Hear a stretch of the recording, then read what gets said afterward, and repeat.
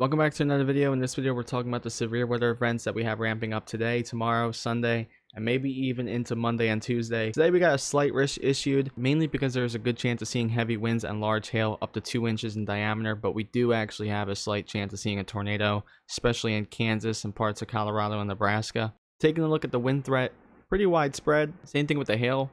Pretty widespread hail threat. Tomorrow we do have a slight risk issued, but maybe I'm wrong, but I think that this could get issued to an enhanced risk, especially if this hail threat gets issued to a 30% chance instead of a 15% chance, or the wind threat. Wind threat and the hail threat look almost identical. We do have a more widespread 2% chance of seeing a tornado. If that gets up to a 5% chance, or even worse, a 10% chance, which I doubt that. I don't think it'll be up to a 10% chance.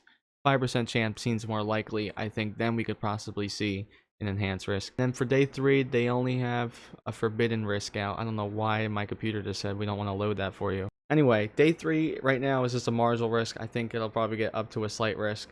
We'll see what happens, but it doesn't want to show itself right now, so we'll just talk about Cape and Dewpoints first. So anyway, we could see some storms today thanks to the fact we do have some moisture pushing north, and we also have some cooler, drier air behind that moisture. That's going to cause some lifting in the atmosphere, and then boom, you get a storm just like that. As we go later on today, we're going to get some more moisture to stretch further north into the plains as well into Texas. Some of us being the dew points of 60s, even upper 60s. As we go into Saturday, a lot of us could see dew points, especially in southern Texas, in the 70s. But most of us will start seeing those dew points get into the 60s, if not upper 60s. And then Sunday, you'll see that those dew points will stretch further east towards Alabama and Tennessee. Now with that, it's going to feel very muggy, but finally, it's not going to feel like the middle of fall. It's going to actually feel like the end of spring, like summer's almost here. Because I can't tell you how annoying it is waking up, going outside in a short sleeve shirt to let your dog out, and then you realize it's only 35 degrees, even though it's the end of May. Okay, not really the end of May, but still. Anyway, so our Cape, which is how much energy these storms have to eat off of to form. Basically, there's going to be a pretty significant amount of energy today. Take a look as we get later on to the afternoon, that sun's going to come up.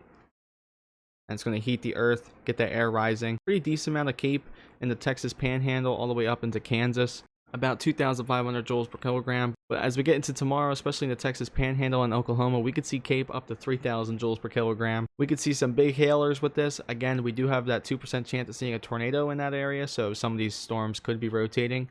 But I know for sure in Texas, the main threat is going to be some nice large hail.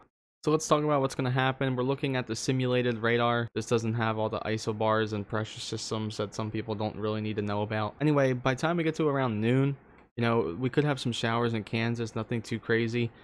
But then we get some nice little thunderstorms forming in Wyoming right here.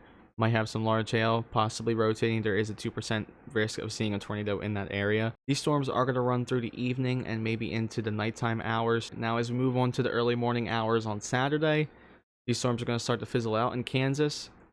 Sun's going to come up, start heating the earth.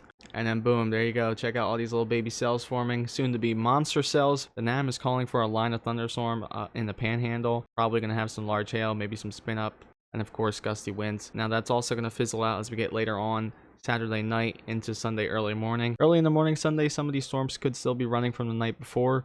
They'll fizzle out according to the NAM. But once that sun comes out again and starts heating the earth, we're going to see some more development again. That's really all I have. If you watch other weather videos, you might have heard about that possible tropical system. I'm not going to talk about that one yet because that was a little bit too far out on the GFS model, and the GFS model likes to change its mind quite a bit. In fact, when I went to go look at it this morning, it's not even there. So I'm glad I didn't say anything about it yesterday, and I'm not going to say anything about it today. That's all I have. If you enjoyed, please leave a like and possibly subscribe. Thanks for watching.